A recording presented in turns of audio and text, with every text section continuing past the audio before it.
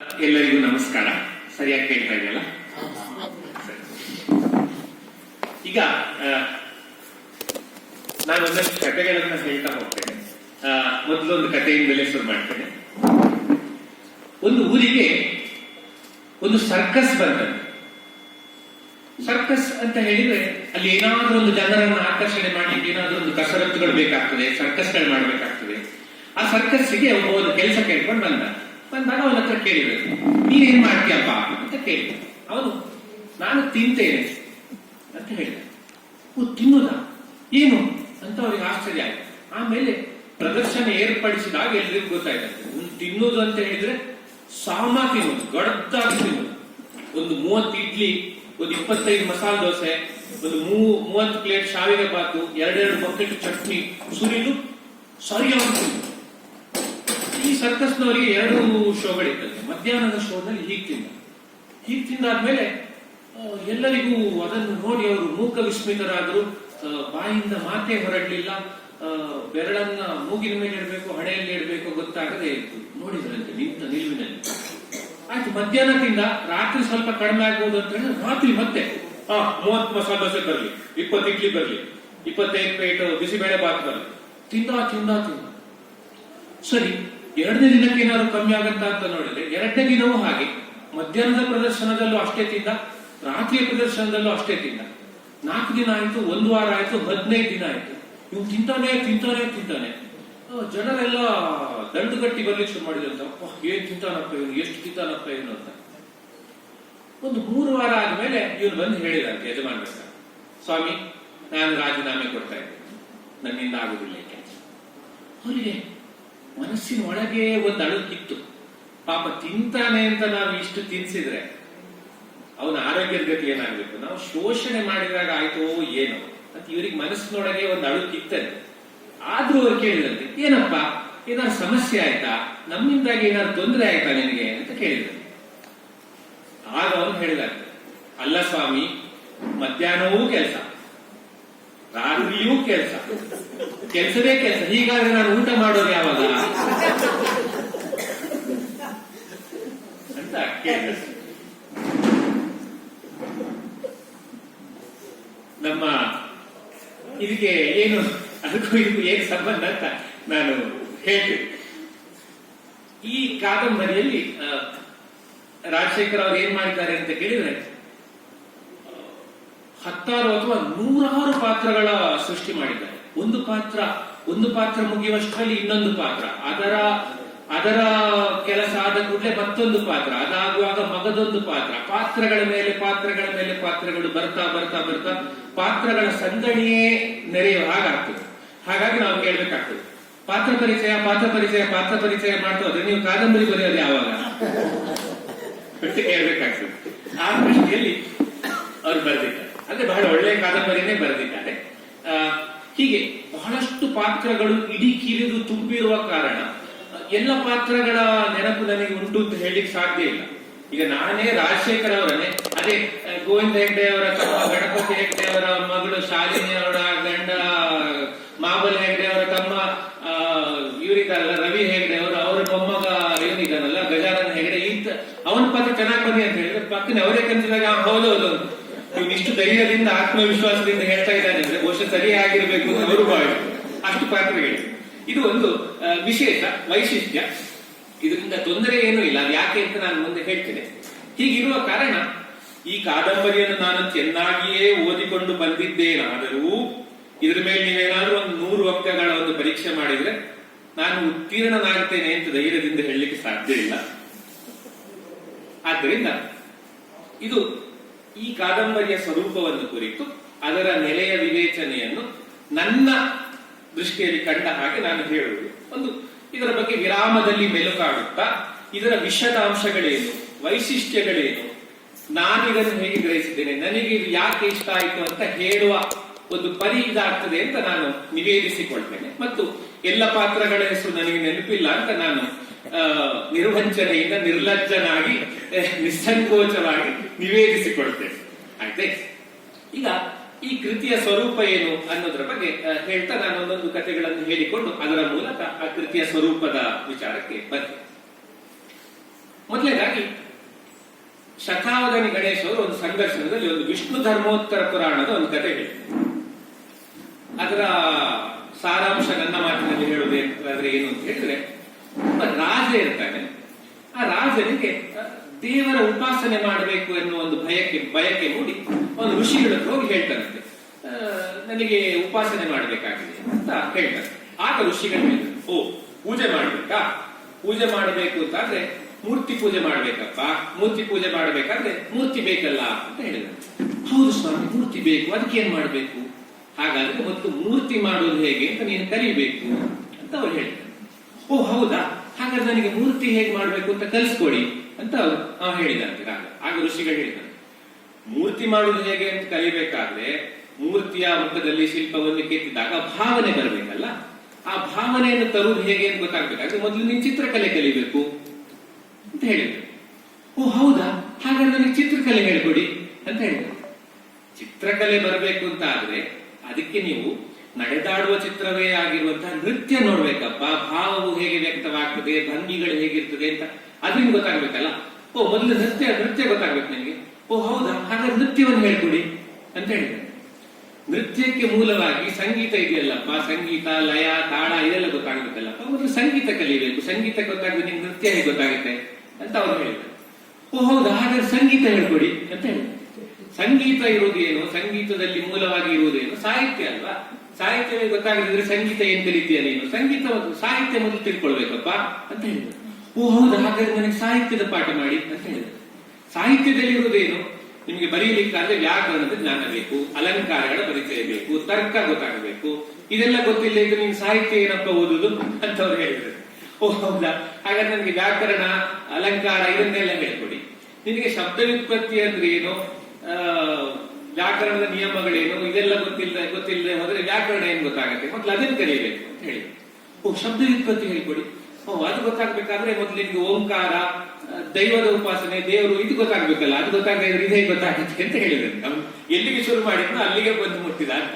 ಹಾಗೆ ದೈವದ ಬಗ್ಗೆ ಗೊತ್ತಾಗಿದ್ರೆ ಇದು ಯಾವ್ದು ಆಗುದಿಲ್ಲ ಎಂಬ ಹಾಗೆ ನಮ್ಮಲ್ಲಿ ಈ ಭಾರತೀಯ ಪರಂಪರೆಯಲ್ಲಿ ಈ ಒಂದು ದೃಷ್ಟಿ ಇದೆ. ಅಂದ್ರೆ ಯಾವುದನ್ನು ನಾವು ಪ್ರತ್ಯೇಕವಾಗಿ ವಿಂಗಡಿಸಿ ಇಷ್ಟು ಮಾತ್ರ ಈ ಸಬ್ಜೆಕ್ಟ್ ಕೆಮಿಸ್ಟ್ರಿ ಅಂದ್ರೆ ಕೆಮಿಸ್ಟ್ರಿ ಮಾತ್ರ, ಫಿಸಿಕ್ಸ್ ಬಗ್ಗೆ ಮಾತಾಡುವಾಗಿಲ್ಲ, ಹಾಗಿಲ್ಲ. ನಮ್ಮಲ್ಲಿ ಏನಂದ್ರೆ ಬಹಳ ಮಿಶ್ರವಾಗಿದೆ. ಆದ್ರಿಂದ ಒಂದು ವಿಷಯವನ್ನು ಹೇಳಲಿಕ್ಕೆ ಹೋದ್ರೆ ಅದಕ್ಕೆ ಸಂಬಂಧಪಟ್ಟಂತಹ ಇನ್ನೊಂದು ವಿಷಯವನ್ನು ಹೇಳಬೇಕಾಗ್ತದೆ. ಆ ವಿಷಯವನ್ನು ಹೇಳಲಿಕ್ಕೆ ಹೊರಟ್ರೆ ಅದರ ಪಕ್ಕದಲ್ಲಿರುವ ಮತ್ತೊಂದನ್ನು ಹೇಳಬೇಕಾಗ್ತದೆ. ಅದನ್ನು ಹೇಳುವಾಗ ಅದು ಈ ಕಡೆ ಒಂದಿದೆಯಲ್ಲ ಅದನ್ನು ಸ್ಪರ್ಶಿಸಬೇಕಾಗ್ತದೆ. ಹೀಗೆ ಎಲ್ಲವನ್ನು ಒಳಗೊಂಡು ಹೇಳಬೇಕಾಗ್ತದೆ. ಆದ್ದರಿಂದ ಒಂದನ್ನು ನಾವು ಮುಟ್ಲಿಕ್ಕೆ ಹೋದ್ರೆ ಇನ್ನೊಂದು ಅದರ ಜೊತೆಗೆ ಅಂಟಿಕೊಂಡೇ ಅದರ ಜೊತೆಗೇ ಬರ್ತಾ ಹೋಗ್ತದೆ. ಹೀಗೆ ಬರುವುದು ನಮ್ಮಲ್ಲಿ ಒಂದು ವೈಶಿಷ್ಟ್ಯ. ಹೀಗಿರೋದ್ರಿಂದ ನಮ್ಮ ಪುರಾಣಗಳಲ್ಲಿಯೂ ಕೂಡ ನಾವು ಇದನ್ನೇ ಕಾಣ್ತೇವೆ. ಒಂದು ಮಹಾಭಾರತ ಅಂತ ಹೇಳಿದ್ರೆ ಅದರಲ್ಲಿ ಬರೀ ಕೌರವ ಪಾಂಡವರ ಕಥೆ ಇದೆ ಅಂತ ತಿಳ್ಕೊಳ್ಬೇಡಿ, ನೂರಾರು ಉಪಕಥೆಗಳಿವೆ. ಇದನ್ನು ಹೇಳ್ತಾ ಇನ್ನೊಂದು ಹೇಳೋದು, ಅದನ್ನು ಹೇಳ್ತಾ ಮತ್ತೊಂದು ಹೇಳೋದು, ಅದನ್ನು ಹೇಳ್ತಾ ಮತ್ತೊಂದು ಹೇಳೋದು. ಹೀಗೆ ಉಪಕಥೆಗಳ ಬಹಳ ದೊಡ್ಡದ ಒಂದು ಸಂದೋಹವೇ ನಮಗೆ ಮಹಾಭಾರತದಂತಹ ಕೃತಿಯಲ್ಲಿ ಕಾಣ್ತದೆ. ಅಥವಾ ಯಾವುದೇ ನಮ್ಮ ಶಾಸ್ತ್ರಗಳಲ್ಲಿಯೂ ಹಾಗೆ.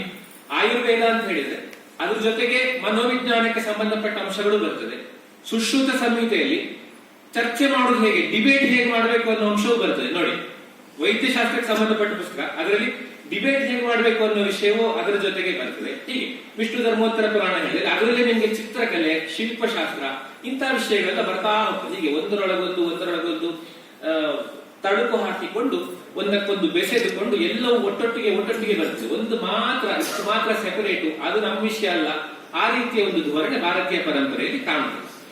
ಆ ಒಂದು ಮನೋಧರ್ಮವನ್ನು ಇಟ್ಟುಕೊಂಡು ಇವರು ಭಾರತದ ಕಥನ ಕ್ರಮ ಹೇಗುಂಟು, ನಮ್ಮ ಪರಂಪರೆಯ ಕಥನ ಕ್ರಮ ಹೇಗಿದೆ, ಆ ನಿಟ್ಟಿನಲ್ಲಿ ಇವರು ಹೇಳ್ಕೊಂಡು ಹೋಗಿದ್ದಾರೆ. ಆದ್ರಿಂದ ಇಲ್ಲಿ ಮೊದಲಿಗೆ ಏನಂದ್ರೆ ಒಂದು 15-16ನೇ ಶತಮಾನದ ಒಬ್ಬ ಗೋವಿಂದ ಹೆಗಡೆ ಅಂತ ಇರ್ತಾನೆ. ಅವನ ಮಕ್ಕಳು, ಅವನ ತಮ್ಮಂದು ಮಕ್ಕಳು, ಹೀಗೆ ಅವರ ಸಂಸಾರ, ಅವರ ವಂಶದ ಒಬ್ಬೊಬ್ಬರದೇ ಕಥೆ ಬರ್ತದೆ. ಆದರೆ ಬರೀ ಅವರ ವಂಶದ ಕಥೆ ಆಗದೆ ಆಗಿನ ಸಂದರ್ಭ ಏನಿತ್ತು, ಸನ್ನಿವೇಶ ಏನಿತ್ತು, ರಾಜರು, ಆಗಿನ ಜೀವನ ಕ್ರಮ ಹೇಗಿತ್ತು, ಇದಕ್ಕೆಲ್ಲ ಸಂಬಂಧಪಟ್ಟ ವಿಷಯಗಳನ್ನು ಹೇಳುತ್ತಾ ಒಂದು ಚರಿತ್ರೆಯ ಅಂಶ, ಏನೋ ಒಂದು ಆಗಿನ ಸಾಮಾಜಿಕ ಪರಿಸ್ಥಿತಿ, ರಾಜರ ವಿಷಯ, ಇನ್ನೇನೇನೋ ಎಲ್ಲ ಉಪಕಥೆಗಳು ಬಂದ ಹಾಗೆ ಒಂದಾದ ಮೇಲೆ ಒಂದು ಬರ್ತಾ ಹೋಗ್ತದೆ. ಒಂದು ಟೂರ್ ಗೈಡ್ ಇದ್ದಾಗೆ ಹೋಗುವಾಗ ನಾವು ಆ ಗಮ್ಯವನ್ನು ಮಾತ್ರ ನೋಡೋದಲ್ಲ, ಹೋಗುವಾಗ ದಾರಿಯಲ್ಲಿ ಇನ್ನೇನಿದೆ, ದಾರಿಯಲ್ಲಿ ಹೋಗ್ತಾ ಇರುವಾಗ ನಾವೀಗ ಉದಾಹರಣೆಗೆ ಒಂದು ಮೈಸೂರಿಗೆ ಹೋಗ್ತಾ ಇದ್ದೇವೆ ಅಂದ್ರೆ ಮೈಸೂರು ಅರಮನೆ ಮಾತ್ರ ನಾನು ಬೇರೆ ನೋಡುದಿಲ್ಲ ಅನ್ನೋ ದೃಷ್ಟಿಯಲ್ಲಿ ಹೋಗುದಲ್ಲ. ಹೋಗುದು ದಾರಿಯಲ್ಲಿ ಒಂದು ಜಲಪಾತ ಇದ್ರೆ ಅದನ್ನು ನೋಡೋಣ, ಹೋಗ್ತಾ ಅಲ್ಲಿ ಒಂದು ಹೊಳೆ ಹರಿತಾ ಇದ್ರೆ ಅದನ್ನು ನೋಡೋಣ, ಅಲ್ಲೆಲ್ಲ ಒಂದು ಒಳ್ಳೆ ರೆಸ್ಟೋರೆಂಟ್ ಇದ್ರೆ ಅಲ್ಲೊಂದು ಒಳ್ಳೆ ದೋಸೆ ತಿಂದ್ಕೊಂಡು ಹೋಗೋಣಪ್ಪ. ಗಮ್ಯವನ್ನು ಮಾತ್ರ ಲಕ್ಷ್ಯದಲ್ಲಿ ಇಟ್ಟುಕೊಳ್ಳುವುದಲ್ಲ, ಇದನ್ನೆಲ್ಲ ಹೋಗುವ ದಾರಿಯಲ್ಲಿ ನಮಗೆ ಯಾವುದೆಲ್ಲ ಆಹ್ಲಾದಕಾರಿಯಾಗಿ ಆಸ್ವಾದನೀಯವಾಗಿ ಕಾಣುತ್ತದೆಯೋ ಅದನ್ನೆಲ್ಲ ನಾವು ಆಸ್ವಾದಿಸಿಕೊಂಡು ಮುಂದೆ ಮುಂದೆ ಹೋಗುವ ಎಂಬಂತಹ ಒಂದು ಕಥನ ಶೈಲಿಯನ್ನು ಇವರೊಂದು ರೂಢಿಸಿಕೊಂಡಿದ್ದಾರೆ. ಅದು ಇದರ ಬಹಳ ದೊಡ್ಡ ಆಕರ್ಷಣೆ. ಹಾಗಾಗಿ ನಮಗೆ ಬಹಳಷ್ಟು ಸ್ವಾರಸ್ಯಕರವಾದ, ಅವರು ಹೇಳಿರಲ್ಲ ಎಷ್ಟು 52 ವಿಷಯಗಳು ಬಂದಿದೆ, ಆ ರೀತಿಯಲ್ಲಿ ಬಹಳಷ್ಟು ಸ್ವಾರಸ್ಯಕಾರಿಯಾದ ವಿಷಯಗಳು, ಯಾವುದೋ ಇತಿಹಾಸದ ಪುಟದಲ್ಲಿ ಹುದುಗಿದ್ದಂತಹ ಒಂದು ಪುಟ್ಟ ಸ್ವಾರಸ್ಯಕಾರಿಯಾದ ಅಂಶ, ಇದೆಲ್ಲವೂ ನಮಗೆ ಸಿಕ್ಕಿಕೊಂಡು ಎಲ್ಲ ಹಿನ್ನೆಲೆಗಳನ್ನು ಕೊಟ್ಟುಕೊಂಡು ಅದರ ಜೊತೆಗೆ ಆ ಕಾಲದಲ್ಲಿ ಬಾಳಿ ಬದುಕಿದ ಮನುಷ್ಯರು, ಅವರ ಭಾವನೆಗಳು, ಅವರ ಬೇಗುದಿಗಳು, ಇದನ್ನೆಲ್ಲ ಒಂದು ದೊಡ್ಡ ವಿಶಾಲವಾದ ಪ್ರಕೃತಿಯ ಕ್ಯಾನ್ವಸ್ ನಲ್ಲಿ ಇಟ್ಟುಕೊಂಡು ಅದನ್ನೆಲ್ಲ ಹೇಳಿಕೊಂಡು ಹೋಗುವಂತಹ ಒಂದು ಕ್ರಮವನ್ನು ಇವರು ಅನುಸರಿಸಿದ್ದಾರೆ. ಈ ಕಥನ ಕ್ರಮ ನಾನು ಆಗ್ಲೇ ಹೇಳಿದಾಗ ಒಂದು ವೆಸ್ಟರ್ನ್ ನಾವೆಲಿಗೂ ಭಾರತೀಯ ಕಾದಂಬರಿಗಳಿಗೂ ಇರುವ ವ್ಯತ್ಯಾಸವೂ ಆಗಿದೆ, ಅದು ಅದರ ಒಂದು ವೈಶಿಷ್ಟ್ಯವೂ ಆಗಿದೆ. ಈ ಕಾರಣದಿಂದ ನಮಗೆ ಒಂದು ವಿಶ್ವದರ್ಶನ ಆದಾಗ ಒಂದು ಈ ಪ್ಯಾಕೇಜ್ ಟ್ರಿಪ್ ಅಂತ ಮಾಡ್ತಾರಲ್ಲ, ಯುರೋಪ್ ತೋರ್ಸ್ಕೊಂಡ್ ಬರ್ತೀವಿ ಅಂತ ಒಂದು 15 ದೇಶಗಳೆಲ್ಲ ದಾರಿಯಲ್ಲೆಲ್ಲ ತೋರ್ಸ್ಕೊಂಡು ಹೋಗ್ತಾರಲ್ಲ, ಆ ರೀತಿಯ ಒಂದು ಪ್ಯಾಕೇಜ್ ಟ್ರಿಪ್ಪಿನ ರೀತಿಯಲ್ಲಿ ಇತಿಹಾಸದ ಪುಟಗಳಿಗೆ ನಮ್ಮನ್ನು ಕರ್ಕೊಂಡು ಹೋಗ್ತಾರೆ. ಇದು ಬಹಳ ಒಂದು ವಿಶೇಷವಾದ, ಬಹಳ ವಿಶಿಷ್ಟವಾದ ಅಂಶ. ಮತ್ತೆ ಇದನ್ನು ಹೇಳುವುದಕ್ಕೆ ಸಾಕಷ್ಟು ಸಂಶೋಧನೆ, ಸಾಕಷ್ಟು ವಿಚಾರ ಸಂಗ್ರಹ, ಇದನ್ನೆಲ್ಲ ಮಾಡಬೇಕಾಗ್ತದೆ. ಅದಕ್ಕೆ ಸಂಬಂಧಪಟ್ಟ ವಿಷಯ ಸಂಗ್ರಹಣೆ, ಇದನ್ನೆಲ್ಲ ಅವರು ಬಹಳ ಶ್ರದ್ಧೆಯಿಂದ, ಮುತುವರ್ಜಿಯಿಂದ ಮಾಡಿ ಅದನ್ನು ಅಷ್ಟೇ ಸಂಯಮದಿಂದ, ಅಷ್ಟೇ ಸುಂದರವಾಗಿ ನಿರೂಪಿಸಿದ್ದಾರೆ. ಇದು ಒಂದು ಮುಖ್ಯವಾದ ಅಂಶ. ಆಮೇಲೆ ಇನ್ನೊಂದು ಏನಂತ ಹೇಳಿದ್ರೆ, ನಮ್ಮಲ್ಲಿ ಪ್ರಾಚೀನರು ಒಂದು ಕಾವ್ಯವೋ ಇನ್ನೊಂದು ಅದು ಎಷ್ಟು ಕಷ್ಟ ಇದೆ ಅಥವಾ ಅದನ್ನು ನಾವು ಅರ್ಥ ಮಾಡಿಕೊಳ್ಳುವುದಕ್ಕೆ ನಮ್ಮಿಂದ ಎಷ್ಟು ಪ್ರಯತ್ನ ಬೇಕು ಅನ್ನೋದಕ್ಕೆ ಕೆಲವು ಪಾಕಗಳ ಹೋಲಿಕೆಯನ್ನು ಕೊಟ್ಟಿದ್ದಾರೆ.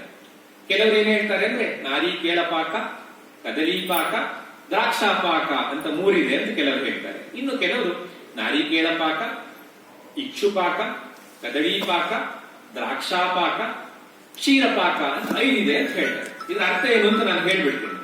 ನಾರಿಕೇಳ ಅಂದ್ರೆ ನಮ್ಮ ತೆಂಗಿನಕಾಯಿ ತಿನ್ನೋದಾದ್ರೆ ಗಬಕ್ಕಂತ ಬಾಯಿಗೆ ಹಾಕಿ ನುಗ್ಲಿಕ್ಕೆ ಆಗುದಿಲ್ಲ.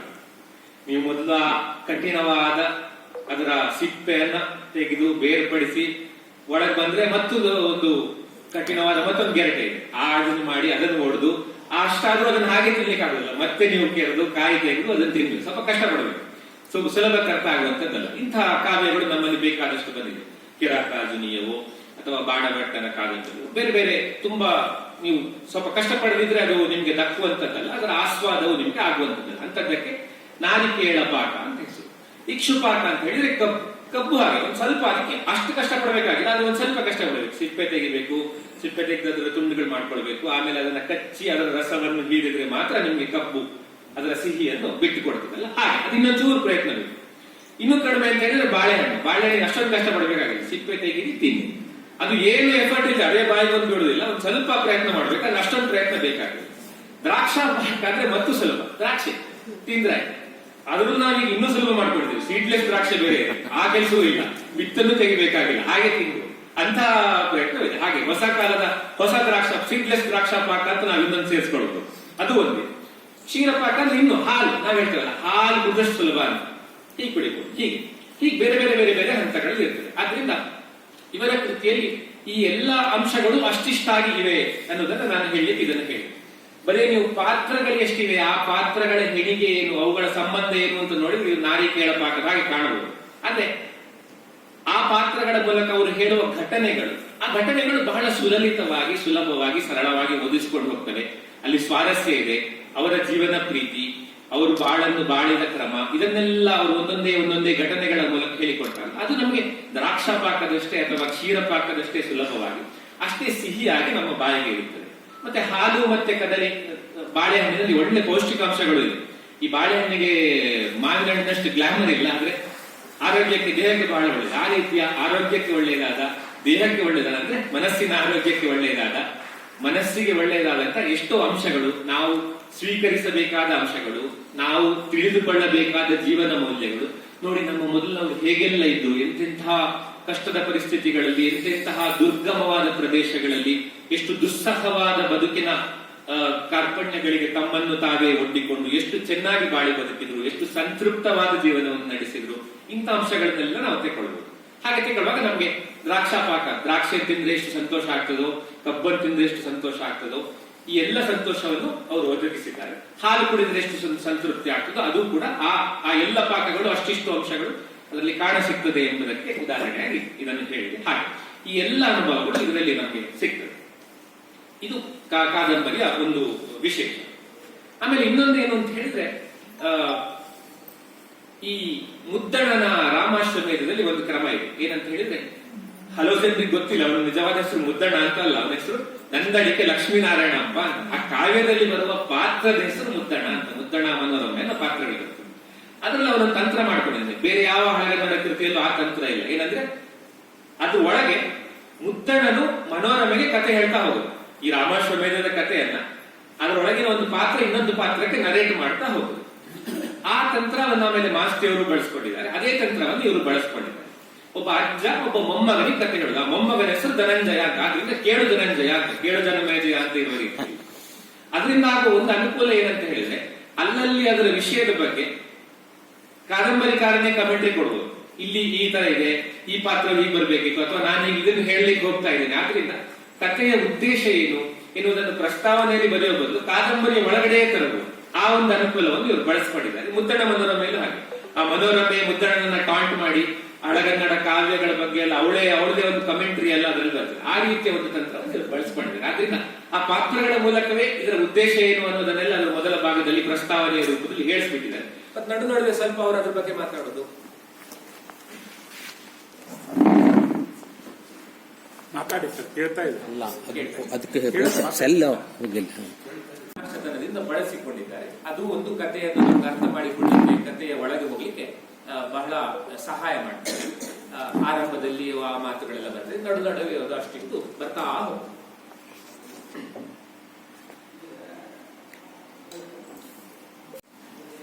ಇದು ಒಂದು.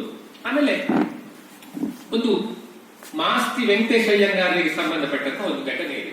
ಅವರು ಆ ಕಾಲದಲ್ಲಿ, ಅಂದ್ರೆ ಈಗ ನಾವು IAS ಆಫೀಸರ್ ಅಂತ ಏನ್ ಹೇಳ್ತೇವೆ ಅಂತಹ ಒಂದು ಪರೀಕ್ಷೆಯನ್ನು ಪಾಸ್ ಮಾಡಿದ್ರು. ತೀನಂಶಿ ಅವರು ಆ ತರದ ಒಂದು ಪರೀಕ್ಷೆಯನ್ನು ಪಾಸ್ ಮಾಡಿದ್ರು. ಹೀಗಾಗಿ ಅವರು ಬೇರೆ ಬೇರೆ ಹಳ್ಳಿಗಳಿಗೆ ಕಂದಾಯಕ್ಕೆ ಸಂಬಂಧಪಟ್ಟಂತಹ ವಿಷಯಗಳನ್ನು ಚರ್ಚೆ ಮಾಡ್ಲಿಕ್ಕೆ ಬೇರೆ ಬೇರೆ ಹಳ್ಳಿಗಳಿಗೆಲ್ಲ ಹೋಗ್ತಾ ಇದ್ದಾರೆ. ಒಂದ್ಸರಿ ಯಾವುದೋ ಒಂದು ಹಳ್ಳಿಗೆ ಹೋದ್ರು. ಅಲ್ಲಿ ಯಾರೋ ಒಬ್ರು ಚೆನ್ನೈಗೌಡರು ಅಂತನೋ ಏನೋ ಅವರ ಹೆಸರು. ಅವರನ್ನ ಇಲ್ಲಿ ಭೇಟಿ ಆಗ್ಬೇಕು. ಅಲ್ಲಿ ಮನೆಗೆ ಹೋದ್ರಂತೆ. ಮನೆಗೆ ಹೋಗಿ ಬಾಗಿಲು ತಟ್ಟಿದ್ರು. ಮನೆಯೊಡತಿ ಬಾಗಿಲು ತಟ್ಟಿ ಇವ್ರು ಕೇಳಿದ್ರು, ಚೆನ್ನೈಗೌಡರು ಇಲ್ಲಿದ್ದಾರೆ. ಆಗ ಅವ್ರ ಮನೆಯೊಡತಿ ಹೇಳಿದ್ರು, ಚೆನ್ನೈಗೌಡರು ಶಿವಪುರಿಗೆ ಹೋಗಿದ್ದಾರೆ ಹೇಳಿದರು. ಓ, ಶಿವಪುರಿಗೆ ಹೋಗಿದ್ದಾರ, ಯಾವಾಗ ಬರ್ತಾರೆ ಕೇಳಿದ್ರು. ಹಾಗೆ ಕೇಳಿ ಆದ್ಮೇಲೆ ಅವ್ರಿಗೆ ಗೊತ್ತಾಯ್ತು, ಶಿವಪುರಿಗೆ ಹೋಗಿದ್ದಾರೆ ಅಂದ್ರೆ ತೀರ್ಕೊಂಡು ಬಿಟ್ಟಿದ್ದಾರೆ ಅಂತ ಅರ್ಥ, ಸ್ವರ್ಗಸ್ಥರಾಗಿದ್ದಾರೆ ಅಂತ. ಇವರು ಶಿವಪುರಿಗೆ ಹೋಗಿದ್ದಾರೆ, ಯಾವಾಗ ಬರ್ತಾರೆ ಅಂತ ಕೇಳ್ಬಿಟ್ಟಿದ್ದಾರೆ. ಪಾಪ ಅವ್ರು ಸಂಜೆ ಬಂದ್ಕೊಂಡ್ರಂತೆ. ಅದರಿಂದ ನಾನು ಯಾಕೆ ಹೇಳಿದೆ ಅಂತ ಹೇಳಿದ್ರೆ, ಕಾಲವು ಸರಿದ ಹಾಗೆ ಹೇಗೆ ಒಂದು ಜೀವನ ಕ್ರಮವೇ ಮರೆ ಆಗ್ತದೆ. ಮಾಸ್ತಿಯವರು ಒಳ್ಳೆ ನಿಘಂಟುವಿನ ಮೇಲೆಲ್ಲ ಕೆಲಸ ಮಾಡಿದವರು. ಸಾಹಿತಿ, ಭಾಷೆಯ ಬಳಕೆ, ಶಬ್ದಗಳ ಬಳಕೆಯನ್ನೆಲ್ಲ ತಿಳ್ಕೊಂಡವರು. ಅವರಿಗೆ ಒಂದು ಭಾಷೆಯ ಬಳಕೆ ಅರ್ಥ ಆಗಲಿಲ್ಲ ಅಂತ ಆದ್ರೆ ಹೇಗೆ ನಮ್ಮ ನುಡಿಗಟ್ಟುಗಳು ಮರೆ ಆಗ್ತದೆ. ನಾವು ಇಂಗ್ಲಿಷಿಗೆ ಅಂಟಿಕೊಂಡ ಹಾಗೆ ನಮ್ಮ ಹಳ್ಳಿಯಲ್ಲಿ ನಮ್ಮ ಅಜ್ಜಿ ಮಾತಾಡ್ತಿದ್ದಷ್ಟು ಒಳ್ಳೆ ಕನ್ನಡ ನನಗೆ ಬರುವುದಿಲ್ಲ, ನಮ್ಮ ಅಮ್ಮ ಮಾತಾಡ್ತಿದ್ದಷ್ಟು ಒಳ್ಳೆ ಕನ್ನಡ ನನಗೆ ಬರುವುದಿಲ್ಲ. ಅವರ ಸಂಗ್ರಹದಲ್ಲಿ ಎಷ್ಟೋ ಗಾದೆ ಮಾತುಗಳು, ಎಷ್ಟೋ ನುಡಿಗಟ್ಟುಗಳು, ಸ್ವಾರಸ್ಯಕಾರಿಯಾದ ಹೋಲಿಕೆಗಳು. ಈ ಕೃಷ್ಣೇಗೌಡರು ಹೇಳ್ತಾ ಇರ್ತಾರೆ ನೋಡಿ, ಈ ಹಳ್ಳಿ ಜನ ಅಜ್ಜಿ ಅಂದ್ರು ಇವರೆಲ್ಲ ಮಾತಾಡೋ ಭಾಷೆಯಲ್ಲಿ ಬಹಳ ಒಳ್ಳೊಳ್ಳೆಯ ಹೋಲಿಕೆಗಳು, ಉಪಮೆಗಳೆಲ್ಲ ಇರ್ತದೆ. ಅಂತದ್ದೆಲ್ಲ ಮರೆ ಆಗ್ತದೆ. ಹಾಗಾಗಿ ಅದನ್ನು ನಾವೊಂದು ಹಿಡಿದಿಟ್ಟುಕೊಳ್ಳುವ ಪ್ರಯತ್ನ ಮಾಡಬೇಕಾಗ್ತದೆ. ಹೀಗೆ ಇದ್ರು ಅಂತಾದ್ರೂ ನಮ್ಗೆ ಗೊತ್ತಿರ್ಬೇಕಲ್ಲ. ನಾವು ಅವರನ್ನು ನೋಡದೇ ಇದ್ರು, ಹೀಗೆಲ್ಲ ಇದ್ರು, 16ನೇ ಶತಮಾನದಲ್ಲಿ ಇಂತಹ ಪರಿಸ್ಥಿತಿ ಇತ್ತು, ಈ ರೀತಿಯಲ್ಲೆಲ್ಲ ಬದುಕಿದ್ರು, ಅವ್ರು ಏನೇನನ್ನ ಯಾವ್ಯಾವ ತರದ ಸಂದರ್ಭಗಳಲ್ಲೆಲ್ಲ ತಮ್ಮ ಜೀವನವನ್ನು ಕಳೆದ್ರು, ಇದಾದ್ರೂ ನಮ್ಗೆ ಗೊತ್ತಾಗ್ಬೇಕಲ್ಲ. ಆ ಒಂದು ಕೆಲಸವನ್ನ ಈ ಕೃತಿಯು ಮಾಡಿರ್ತದೆ. ಆದ್ರಿಂದ ಆ ಕಾಲದಲ್ಲಿ ಘಟಿಸಿದ ಘಟನೆಗಳು, ಎಷ್ಟೋ ಸಂದರ್ಭಗಳು, ಅದರ ಸ್ವಾರಸ್ಯಗಳು, ಇದೆಲ್ಲ ಇದರಲ್ಲಿ ಬರ್ತಾ ಹಾಗಾಗಿ ಆಮೇಲೆ ಒಂದು ರಸ್ಟಿಕ್ ವಿಸ್ಡಮ್ ಅಂತ ಇರ್ತದೆ. ಹಳ್ಳಿಯ ಜನರಿಗೆ ಅವರದ್ದೇ ಆದಂತಹ ಒಂದು ಬುದ್ಧಿವಂತಿಕೆ, ಅವ್ರು ಏನನ್ನೋ ಒಂದು ಮಾಡಿ ಕಂಡಿಟ್ಟಿರ್ತಾರೆ. ಇಂತಹ ವಿಷಯಗಳೆಲ್ಲ ಬರ್ತದೆ. ಈಗ ಒಂದು ಇಲಿಕಾಟ ಆದಾಗ ಏನ್ ಮಾಡ್ತಾರೆ ಅನ್ನೋದ್ರ ಒಂದು ವಿವರಣೆ ಬರ್ತದೆ. ಆ ಕಾಲದಲ್ಲಿ ಇಲಿಕಾಟ ಆಗಿದ್ದು, ಅದು ಬಂದು ಬೆಳೆಯನ್ನೆಲ್ಲ ತಿಂದು ನಾಶ ಮಾಡುವಾಗ ಅದಕ್ಕೆ ಅವರು ಯಾವ ತಂತ್ರವನ್ನು ಬಳಸಿ ಅದನ್ನು ಅವರು ಎದುರಿಸ್ತಾರೆ. ಅಥವಾ ಒಬ್ರು ಸವಿತಾ ಅಂತ ಒಬ್ರು ಇರ್ತಾರೆ, ಅವರು ಬೀಜಗಳ ಬಿತ್ತನೆ ಮಾಡುವಾಗ ಒಳ್ಳೆಯ ತಳಿಯ ಬೀಜ ಅಥವಾ ಒಳ್ಳೆಯ ಬೀಜವನ್ನು ಹೇಗೆ ಇದು ಮಾಡ್ತಾರೆ. ಅಥವಾ ಒಂದು ಕಾಳು ಮೆಣಸಿನ ವಿಷಯದಲ್ಲಿ ಒಂದು ಪ್ರಯೋಗ ಮಾಡಿ ತಳಿ ಕಸಿ ಮಾಡಿ ಹೇಗೆ ಒಳ್ಳೆಯ ಕಾಳು ಮೆಣಸನ್ನ ಈ ರೀತಿ. ಅಂದ್ರೆ ಆ ಕಾಲದ ವಿಸ್ಡಮ್, ಆ ಜನರು ತಮ್ಮ ಬದುಕಿನಿಂದ, ತಮ್ಮ ಜೀವನಾನುಭವದಿಂದ ಸಾಧಿಸಿದ ವಿವೇಕ, ಅವರು ಕಂಡುಕೊಂಡ ಉಪಾಯಗಳು, ಅವರ ಇದನ್ನೆಲ್ಲವೂ ನಾವು ಹೇಳಬೇಕಲ್ಲ. ಅದನ್ನೆಲ್ಲವೂ ಅಲ್ಲಲ್ಲಿ ಚೂರು ಕೊಡುವಂತಹ ಪ್ರಯತ್ನವನ್ನು ಈ ಕಾದಂಬರಿ ಮಾಡ್ತದೆ. ಅದು ಮತ್ತೊಂದು ವಿಶೇಷ. ಅಂದ್ರೆ ಗತಿಸಿ ಹೋದ ಕಾಲದಲ್ಲಿ ಆ ಕಾಲದ ಜನರ ಸಾಮರ್ಥ್ಯ, ವಿವೇಕ, ಅವರ ಬುದ್ಧಿವಂತಿಕೆ ಅದನ್ನು ಕೂಡ ನಮಗೆ ಅಷ್ಟಿಷ್ಟಾಗಿ ಪೌಷ್ಟಿಕಾಂಶಗಳನ್ನು ಕೊಟ್ಟ ರೀತಿ ಅಲ್ಲಲ್ಲಿ ಕೊಡ್ತಾ ಹೋಗ್ತದೆ. ಅದು ಬಹಳ ಅಲ್ಲಲ್ಲಿ ಒಂದೊಂದು ಸ್ವೀಟ್ ತಿಂದ ಅನುಭವವನ್ನು ನಮಗೆ ಕೊಡ್ತದೆ. ಅದು ಒಂದು ಬಹಳ ವಿಶೇಷವಾದ ಅಂಶ ಈ ಕಾದಂಬರಿಯಲ್ಲಿ ಅಂತ ಇನ್ನೊಂದು ವಿಷಯ. ಆಮೇಲೆ ಇನ್ನೊಂದು ಏನಂದ್ರೆ, ಈಗ ಇನ್ನೊಂದು ಕತೆ ಹೇಳ್ತೇನೆ. ಈ ಪಾತ್ರಗಳ ಧೋರಣೆ ಏನು ಅನ್ನೋದನ್ನ ಹೇಳೋದಕ್ಕೆ ಈ ಒಂದು ಕಥೆಯನ್ನು ಹೇಳ್ತೇನೆ. ಇದು ತಾಲ್ಮುಡ್ ನಲ್ಲಿ ಬಂದಿತ್ತು ಒಂದು ಕಾಲದಲ್ಲಿ, ಮೆಸಪೋಟೋಮಿಯಾದ ಆ ನಾಗರಿಕತೆಯಲ್ಲೂ ಬಂದಿತ್ತು. ಅದನ್ನ ಸೋಮರ್ಸೆಟ್ ಮಾಮ್ ಇನ್ನೊಂದ್ಸತಿ ಹೇಳಿದೆ. ಅಪಾಯಿಂಟ್ಮೆಂಟ್ ಎಟ್ ಸಮಾರ ಅಂತ ಆ ಕಥೆ. ಬಾಗ್ದಾದ್ ಇದೆ ಅಲ್ಲ, ಇರಾಕಿನ ಬಾಗ್ದಾದ್. ಆ ಬಾಗ್ದಾದ್ ನಲ್ಲಿ ಒಬ್ಬ ವ್ಯಾಪಾರಿಯೋ ಯಾರೋ ಒಬ್ಬ ಇದ್ದಾನೆ. ಅವನಿಗೊಬ್ಬ ಸೇವಕ ಇರ್ತಾನೆ. ಈ ಸೇವಕನ ಹತ್ರ ಇವನು, ನೋಡಪ್ಪ ಪೇಟೆಗೆ ಹೋಗಿ ಇಂತಿಂತ ಸಾಮಗ್ರಿಗಳನ್ನು ತಕೊಂಡ್ ಬಾ ಅಂತ ಹೇಳಿ ಕಳಿಸ್ಕೊಡು. ಅವನು ಪೇಟೆಗೆ ಹೋದ. ಪೇಟೆಗೆ ಹೋಗಿ ಸಾಮಾನು ತಕೊಂಡು ಬರ್ತಾ ಇರೋ ಥಟ್ಟನೆ ಒಬ್ಳು ಹೆಂಗಸು ಅವನ ಎದುರು ಬರ್ತಾಳೆ. ಆ ಹೆಂಗಸು ಅದು ಬೇರೆ ಯಾರಲ್ಲ, ಅದು ಸಾವು, ಮೃತ್ಯು. ಅವನು ಹೀಗೆ ದುರ್ಗುಟ್ಟಿಕೊಂಡು ನೋಡ್ತಾಳೆ. ಇವನು ಬೆಚ್ಚಿ ಬೆವರಿ ಅಲ್ಲಿಯೇ ನಡುಗಿ ಬಿದ್ದೆನೋ ಅಂತ ಓಡಿ ಬರ್ತಾನೆ. ಓಡಿ ಬಂದು ಮಾಲಕರ ಹತ್ರ ಹೇಳಿದಾನೆ, ಪೇಟೆಯಲ್ಲಿ ಸಾವೇ ನನಗೆ ಎದುರಾಯಿತು, ಅವಳೇ ನನ್ನ ಕಣ್ಮುಂದೆ ಬಂದು ನಿಂತು ಮತ್ತೆ ನನ್ನನ್ನು ಹೆದರಿಸುವ ತರ ದುರುಗುಟ್ಟಿಕೊಂಡು ನೋಡಿದ್ರು. ನಾನು ಇದರಿಂದ ಹೇಗಾದ್ರೂ ಪಾರಾಗಬೇಕಾಗಿದೆ. ನಾನು ಏನ್ ಮಾಡ್ತೇನೆ ಅಂದ್ರೆ, ಇಲ್ಲಿಂದ ಒಂದು 120 ಕಿಲೋಮೀಟರ್ ಸಮಾರ ಅಂತ ಒಂದು ಊರಿದೆ, ನಾನು ಅಲ್ಲಿಗೆ ಹೋಗ್ಬಿಡ್ತೇನೆ. ಇಲ್ಲಾದ್ರೂ ಅವಳು ನನ್ನ ಸುಲಭಕ್ಕೆ ಪತ್ತೆ ಹಚ್ತಾಳೆ. ಆ ಊರಿನಲ್ಲಿ ಯಾರಿಗೂ ನನ್ನ ಪರಿಚಯ ಇಲ್ಲ, ನಾನು ಅಲ್ಲಿಗೆ ಹೋಗ್ಬಿಡ್ತೇನೆ. ಆದ್ರಿಂದ ಸಾಧ್ಯವಾದಷ್ಟು ವೇಗವಾಗಿ ದೌಡಾಯಿಸುವ ಒಂದು ಕುದುರೆ ಕೊಟ್ಬಿಡಿ, ನಾನು ಇಲ್ಲಿಂದ ಹೇಗಾದ್ರೂ ಓಡಿ ತಪ್ಸ್ಕೊಂಡ್ ಬಿಡ್ತೀನಿ, ಈ ಸಾವಿನ ಸಿಕ್ಕಾಕೊಳ್ಳೋದಿಲ್ಲ ಅಂತ ಅವ್ನು ಹೇಳಿದ. ಆಯ್ತಪ್ಪ ಹೋಗು ಅಂತ ಇವರು ಅವರ ಒಳ್ಳೆಯ ಜಾತಿಯ ಕುದುರೆ ಯಾವುದು ಅದನ್ನು ಕೊಟ್ಟರು. ಈ ಕುದುರೆಯನ್ನು ಏರಿ ಪುರಪುಟಗಳ ಸದ್ದಿನೊಂದಿಗೆ ಹೋದ, ಸಮಾರಕ್ಕೆ ಹೋದ. ಆಮೇಲೆ ಈ ವ್ಯಾಪಾರಿ ಪೇಟೆಗೆ ಹೋದ. ಪೇಟೆಗೆ ಹೋದಾಗ ಅಲ್ಲಿ ಅದೇ ಸಾವು, ಮೃತ್ಯು ಅವಳಿದ್ಲ. ಅವಳ ಹತ್ರ ಕೇಳಿದ, ಏನಪ್ಪ ನನ್ನ ಸೇವಕನನ್ನ ನೀನು ಹೆದರಿಸ್ಬಿಟ್ಟಿ ಅಂತೆ, ದುರ್ಗುಟ್ಟುಕೊಂಡು ನೋಡಿಬಿಟ್ಟಿ ಅಂತೆ, ಕೆಕ್ಕರಿಸಿಕೊಂಡು ನೋಡಿದ್ಯಂತೆ ಅಂತ ಕೇಳಿದ. ಅವಳು ಹೇಳಿದ, ಇಲ್ಲಪ್ಪ, ನಾನು ಒಂದು ಹೆದರಿಸ್ಲಿಕ್ಕೆ ಪ್ರಯತ್ನ ಪಟ್ಟದ್ದಲ್ಲ, ದುರುಗುಟ್ಟಿಕೊಂಡು ನೋಡಿದ್ದಲ್ಲ, ನಾನು ಆಶ್ಚರ್ಯದಿಂದ ನೋಡಿದ್ದು ಅಂತ ಅವಳು ಹೇಳಿದ. ಆಶ್ಚರ್ಯದಿಂದ ನೋಡಿದ್ದ? ಏನ್ ಆಶ್ಚರ್ಯ ಅಂತ ಕೇಳಿದ. ಆಗ ಅವಳು ಹೇಳಿದ್ಲ, ಇವನನ್ನ ನಾನು ಇವತ್ತು ಭೇಟಿ ಆಗ್ಬೇಕಿದ್ದದ್ದು ಸಮಾರಾದಲ್ಲಿ, ಇವನ್ ಬಾಗ್ದಾದ್ನಲ್ಲಿ ಏನ್ ಮಾಡ್ತಾ ಇದ್ದಾನೆ ಅಂತ ಆಶ್ಚರ್ಯಪಟ್ಟೆ ಅಷ್ಟೇ ಅಂತ ಅವಳು ಹೇಳಿದ್ಲು. ಹಾಗೆ ಅಂದ್ರೆ ಒಂದು ವಿಧಿಯ ಆಟ ನಮ್ಮಲ್ಲಿ ಅಂತಹ ಒಂದು ಧೋರಣೆ ಇದೆ. ಆಗ್ಬೇಕಾದದ್ದು ಆಗಿಯೇ ಆಗ್ತದೆ. ನಾವೇನು ತಲೆ ಕೆಳಗಾಗಿ ನಿಂತು ತಿಪ್ಪರಲಾಗ ಹಾಕಿ ನೃತ್ಯ ಕುಣಿದ್ರು ಆಗಬೇಕಾದನ್ನು ತಪ್ಪಿಸ್ಲಿಕ್ಕೆ ಆಗುದಿಲ್ಲ. ಬದುಕೇ ನಮ್ಗೆ ಹೇಗೆ ಬದುಕಬೇಕು ಅಂತ ಹೇಳಿಕೊಡ್ತದೆ. ಅದನ್ನು ನಾವು ಬಂದದ್ದನ್ನು ಬಂದ ಹಾಗೆ ಸ್ವೀಕರಿಸಬೇಕು. ಒಂದು ವಿಧಿಯ ಆಟಕ್ಕೆ ನಾವು ತಲೆ ಬಾಗಬೇಕು ಎಂಬ ಧೋರಣೆಯನ್ನೆಲ್ಲ ನಮ್ಮ ಹಿರಿಯರು ಆಗಾಗ ಹೇಳುವುದನ್ನು ನಾವು ಕೇಳಿರ್ತೇವೆ. ಈ ಕಾದಂಬರಿಯ ಪಾತ್ರಗಳು ಕೂಡ ಬಹುಮಟ್ಟಿಗೆ ಹಾಗೆ. ಅಂದ್ರೆ ಜೀವನ ನಮ್ಮನ್ನು ಹೇಗೆ ನಡೆಸಿಕೊಂಡು ಹೋಗ್ತದೆ ಹಾಗೆ ನಡ್ಕೊಂಡು ಹೋಗುದು. ಅದ್ರ ಬಗ್ಗೆ ಕೊರಗುವುದು, ಅದ್ರ ಬಗ್ಗೆ ಏನೋ ಒಂದು ಕಂಪ್ಲೇಂಟ್ ಹೇಳೋದು, ಅಯ್ಯೋ ಯಾರಿಗೆ ಬೇಕ್ರಿ ಈ ಜೀವನ ಅಂತ ಹೇಳೋದು, ಆ ತರ ಎಲ್ಲ ಏನು ಇಲ್ಲ. ಬಂದದ್ದನ್ನು ಬಂದ ಹಾಗೆ ಸ್ವೀಕರಿಸುದು. ಸಾವು ಬಂತ ಸ್ವೀಕರಿಸೋಣ, ಬದುಕ್ಬೇಕಾ ಬದುಕೋಣ, ಸಂತೋಷದಿಂದ ನಲಿದಾಡಿ ಜಿಗಿದಾಡಿ ಬದುಕುವ. ಒಂದಿನ ಸಾಯ್ಬೇಕಲ್ಲ ಸತ್ ಬಿಡೋಣ, ಅದ್ರಲ್ಲಿ ಏನಿದೆ. ಈ ರೀತಿಯ ಒಂದು ಸ್ಥಿತಪ್ರಜ್ಞತೆ, ಅಂತಹ ಒಂದು ಸಂಯಮ, ಜೀವನದ ಬಗ್ಗೆ ಒಂದು ಜೀವನದ ಕಠೋರವಾದ ಸತ್ಯಗಳ ಬಗ್ಗೆ ಒಂದು ಅದನ್ನೊಂದು ಸ್ವೀಕರಿಸುವಂತಹ ಮನಸ್ಥಿತಿ, ಇಂತಹ ಮನಸ್ಥಿತಿಯನ್ನು ಹೊಂದಿರುವ ಪಾತ್ರಗಳನ್ನು ಇವರು ಇಟ್ಟಿದ್ದಾರೆ. ಹಾಗಾಗಿ ಎಲ್ಲ ಪಾತ್ರಗಳು ಏನಂದ್ರೆ, ಪಾತ್ರ ಬರ್ತದೆ ಅದು ಮಾಡ್ಬೇಕಾದ್ರೆ ನಾವು ಈ ಹೇಳ್ತೇವಲ್ಲ, ಜಗ ಅಂದ್ರೆ ಒಂದು ನಾಟಕ ರಂಗ, ನಮ್ಮ ಪಾತ್ರ ಆದ್ಮೇಲೆ ನಾವು ಹೋಗುದು, ಈ ರೀತಿಯ ಧೋರಣೆಯನ್ನ ಇಲ್ಲಿನ ಪಾತ್ರಗಳು ತಾಳಿವೆ. ಹಾಗಾಗಿ ನಾವು ಬರುದು, ನಮ್ಮ ಕೆಲಸಗಳನ್ನು ಮಾಡುದು, ನಮ್ಮ ಕೆಲಸ ಉಂಟಾದ್ಮೇಲೆ ನಾವು ಹೋಗ್ತಾ ಇರೋದು, ಅಷ್ಟೇ ಕೆಲಸ. ನಮ್ಗೆ ಇನ್ನೇನಿಲ್ಲ. ನಾವು ಏನೋ ಒಂದು ಮೆರೆದಾಡಿದ್ವಿ, ಕುಣಿದಾಡಿದ್ವಿ, ಶ್ರೀಮಂತಿಕೆ, ದರ್ಪ, ಅದು ಆ ಸ್ಥಾನ, ಈ ಅಧಿಕಾರ, ಅದೆಲ್ಲ ಏನು ಇಲ್ಲ. ಕಷ್ಟಪಟ್ಟು ಕೃಷಿ ಮಾಡಿಕೊಂಡು ನಮ್ಮ ಸಂತೋಷವನ್ನು ನಾವು ಅದರಲ್ಲೇ ಕಂಡುಕೊಂಡು ನಮ್ಮ ತಾಳಮದ್ದಳೆ, ನಮ್ಮ ಯಕ್ಷಗಾನ, ನಮ್ಮ ಕಲೆ, ನಮ್ಮ ಸಂಗೀತ, ಇದರಿಂದ ನಮ್ಮ ಜೀವನವನ್ನು ಆಸ್ವಾದಿಸಿಕೊಂಡು ಬಂದ ಕಷ್ಟಗಳಿಗೆ ಎದೆಯೊಡ್ಡಿ ನಿಂತು ಒಂದು ಚಂದದ ಬಾಳು ಬದುಕಬೇಕು. ಇದು ಈ ಕೃತಿಯ ಬಹಳ ದೊಡ್ಡ ಟೇಕವೆ. ಎಲ್ಲ ಪಾತ್ರಗಳು ಇಲ್ಲಿ ಈ ಮೌಲ್ಯವನ್ನು, ಈ ಜೀವನ ಮೌಲ್ಯವನ್ನು ಪ್ರತಿನಿಧಿಸುವ ಹಾಗೆ ಅವರು ಬರೆದಿದ್ದಾರೆ. ಅದೊಂದು ಬಹಳ ಮುಖ್ಯವಾದ ಅಂಶ. ಆಮೇಲೆ ಇನ್ನೊಂದು ಹೇಳಿಬಿಡ್ತೇನೆ. ಒಬ್ರು ಅಮೆರಿಕದ ಯಾರೋ ಒಬ್ರು ಈ ಹಿಂದೂ ಧರ್ಮದ ಬಗ್ಗೆ ಎಲ್ಲ ಬಹಳ ಅಧ್ಯಯನ ಮಾಡ್ತಾ ಇದ್ರಂತೆ. ಅವರೆಲ್ಲ ಇದನ್ನೆಲ್ಲ ಓದಿ ಉಡುಪಿಗೆ ಬಂದ್ರೆ ಇದ್ರ ಬಗ್ಗೆ ನಾನು ಇನ್ನಷ್ಟು ಇದರ ತಜ್ಞರಾಚಾರ್ಯ ಕೇಳಿ ತಿಳ್ಕೊಳ್ಬೇಕು ಅಂತ ಹೇಳಿ ಬಂದು ನನಗೆ ಇದು ವೇದಗಳನ್ನು ಬ್ರಹ್ಮಸೂತ್ರಗಳನ್ನೆಲ್ಲ ಓದಿದ್ದೇನೆ, ಕೆಲವು ಜಿಜ್ಞಾಸೆ ಇದೆ ಸ್ವಾಮಿ, ಇದ್ರ ಬಗ್ಗೆ ನಾನು ತಿಳ್ಕೊಳ್ಬೇಕಾಗಿದೆ, ಯಾರನ್ನಾದ್ರೂ ಭೇಟಿ ಮಾಡಿಸಿ ಅಂತ ಹೇಳಿದ್ರು. ಇವರು ಅವರನ್ನು ಯಾರೋ ಒಬ್ರು ಬಹಳ ದೊಡ್ಡ ಪಂಡಿತರು, ಏನೋ ವೇದ ಇದನ್ನೆಲ್ಲ ಉಪನಿಷತ್ತುಗಳೆಲ್ಲ ಅರೆದು ಕುಡಿದಂತಹ ಒಬ್ಬ ಪಂಡಿತರ ಹತ್ರ ಕರ್ಕೊಂಡೋಗಿ ಅವ್ರು ಹೇಳಿದಂತೆ, ನೋಡಿ ಇಂಥ ಒಂದು ಸಾಲಿದೆ ವೇದಗಳಲ್ಲಿ, ಇಂಥ ಒಂದು ಇದಿದೆ ಉಪನಿಷತ್ನಲ್ಲಿ, ಇದ್ರ ಬಗ್ಗೆ ನೀವೇನ್ ಹೇಳ್ತೀರಿ ಅಂತ ಅವ್ರು ಕೇಳಿದ್ರು.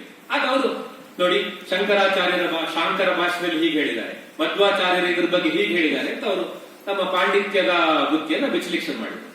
ಆಗ ಅವ್ರು ಹೇಳಿದ್ದಾರೆ, ಅಲ್ಲ ಅದು ಬೇಕಾಗಿಲ್ಲ, ಶಂಕರಾಚಾರ್ಯರು ಏನ್ ಹೇಳಿದ್ದಾರೆ, ಮಧ್ವಾಚಾರ್ಯರು ಏನ್ ಹೇಳಿದ್ದಾರೆ ಅದನ್ನೆಲ್ಲ ನಾನು ಅಮೆರಿಕದಲ್ಲಿ ಕೂತು ಓದ್ಕೊಳ್ತೀನಿ.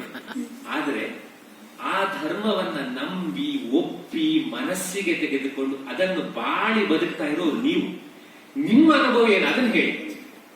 ಅದನ್ನ ತಿಳ್ಕೊಳ್ಳಿಕ್ಕೋಸ್ಕರ ನಾನು ಉಡುಪಿಗೆ ಬಂದಿರೋದು, ಇಲ್ಲ ನಾನು ಅಮೆರಿಕದಲ್ಲಿ ಕೂತ ಇದನ್ನೆಲ್ಲ ಓದ್ತಾ ಇದ್ದೆ.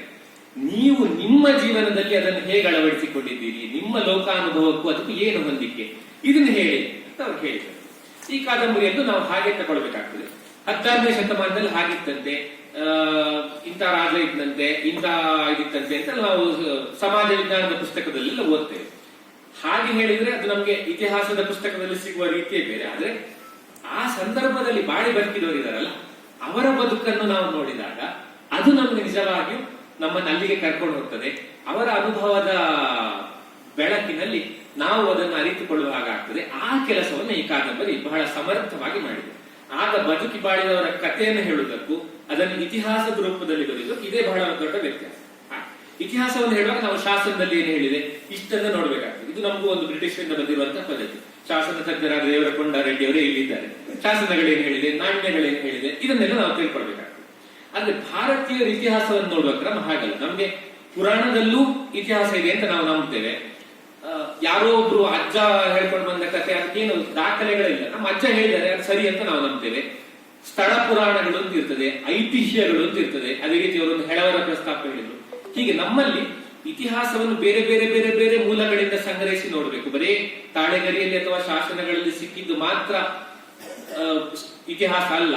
ಒಬ್ಬರ ಜೀವನಾನುಭವ ನಮಗೆ ಪಾಠ ಆಗಿ ಬಂದ್ರೆ ಅದನ್ನು ನಾವು ಇತಿಹಾಸ ಅಂತಲೇ ಸ್ವೀಕರಿಸುವಂತಹ ಒಂದು ಮನಸ್ಥಿತಿ ಭಾರತೀಯರಿಗಿದೆ. ಭಾರತೀಯ ಪ್ರಜ್ಞೆಯಲ್ಲಿ ಅದಿದೆ. ಅದನ್ನು ಇವರು ಬಹಳ ಚೆನ್ನಾಗಿ ಹೇಳ್ತಿದ್ದಾರೆ. ಆದ್ರಿಂದ ಇತಿಹಾಸ ಅನ್ನೋದು ಎಲ್ಲನೂ ನಮ್ಮ ಅಜ್ಜಿ ಹೇಳಿದ್ರೆ ಅದು ಇತಿಹಾಸ, ಅಲ್ಲಿ ಏನೋ ಒಂದು ಸ್ಥಳ ಪುರಾಣವೋ ಐತಿಹ್ಯವೋ ಇದ್ರೆ ಅದು ಇತಿಹಾಸ, ಯಾವುದೋ ಪುರಾಣದಲ್ಲಿ ಹೇಳಿದ್ರೆ ನಮ್ಗೆ ಅದು ಇತಿಹಾಸ. ಸ್ವಲ್ಪ ಉತ್ಪ್ರೇಕ್ಷೆ ಮಾಡಿರ್ಬೋದು, ಆದ್ರೆ ಅದು ನಮ್ಮ ಮಟ್ಟಿಗೆ ಇತಿಹಾಸ. ಅದರಿಂದ ನಾವು ತಿಳಿದುಕೊಳ್ಳಬೇಕಾದ ಮೌಲ್ಯಗಳೇನು ಇದನ್ನ ಅದು ಹೇಳ್ತದೆ ಎಂಬ ದೃಷ್ಟಿಯಿಂದ ಅದೆಲ್ಲವೂ ಇತಿಹಾಸವೇ ಎಂಬ ನಿಲುವು ನಮ್ಮದು.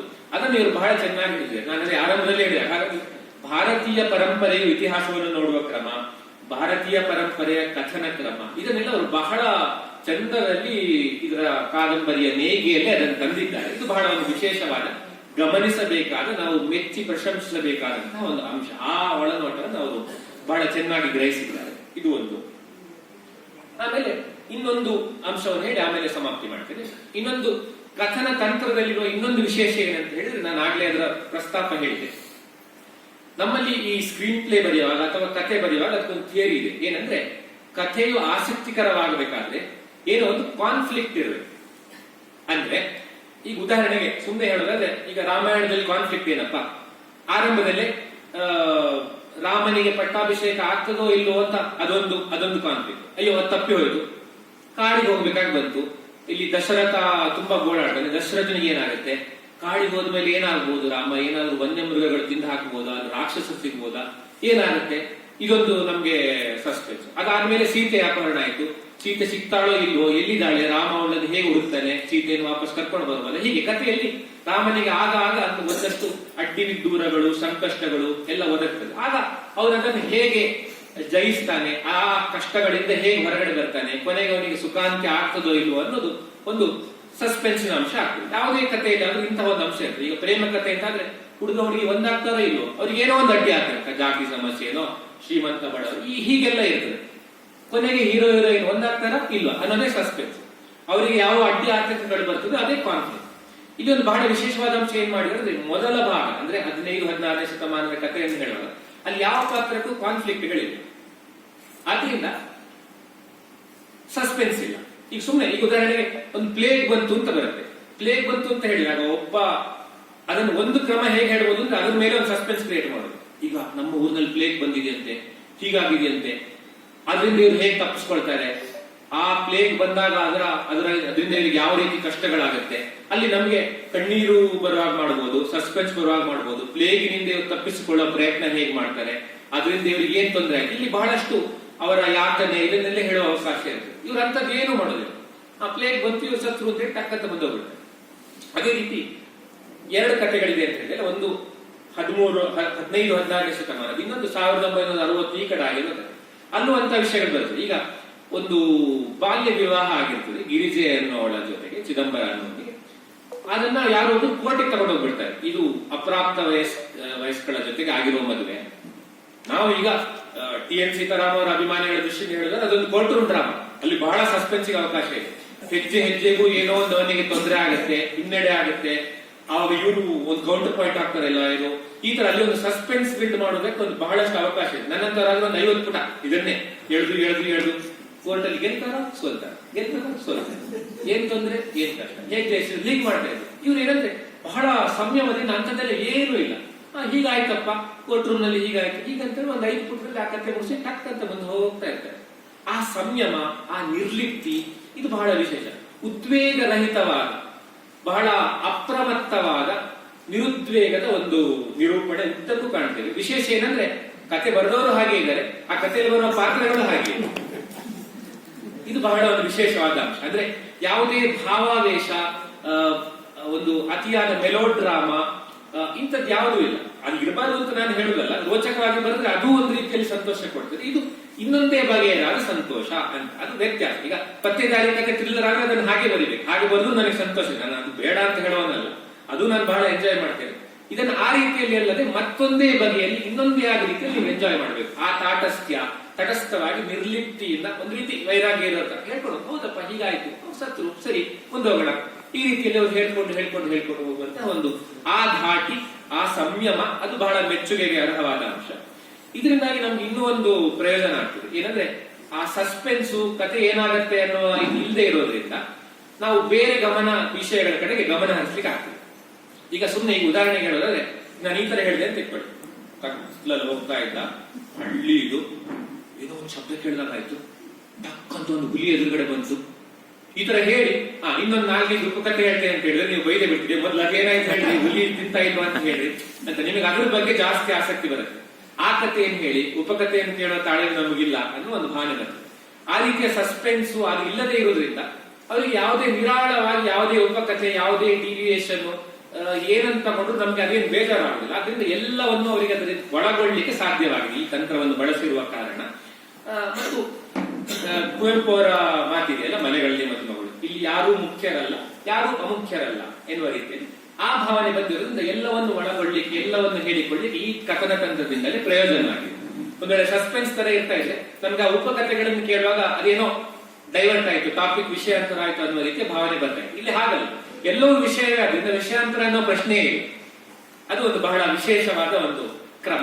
ಇಂಥದ್ದು ನಾವು ಬೃಹತ್ ಕಾದಂಬರಿಗಳಲ್ಲೂ ಕಾಣ್ತೇವೆ. ಆದ್ರೆ ಬರೀ ಒಂದು 180 ಪುಟದ ಕಾದಂಬರಿಯಲ್ಲೂ ಇದನ್ನು ಸಾಧಿಸಿರುವುದು ಮತ್ತು ಬಹಳ ಅಚ್ಚುಕಟ್ಟಾಗಿ ಮಾಡಿರುವುದು ಇದೊಂದು ಬಹಳ ವಿಶೇಷ, ಪ್ರಶಂಸೆಗೆ ಅರ್ಹವಾದ ವಿಷಯ ಅಂತ ನಾನು ಹೇಳ್ತೇನೆ.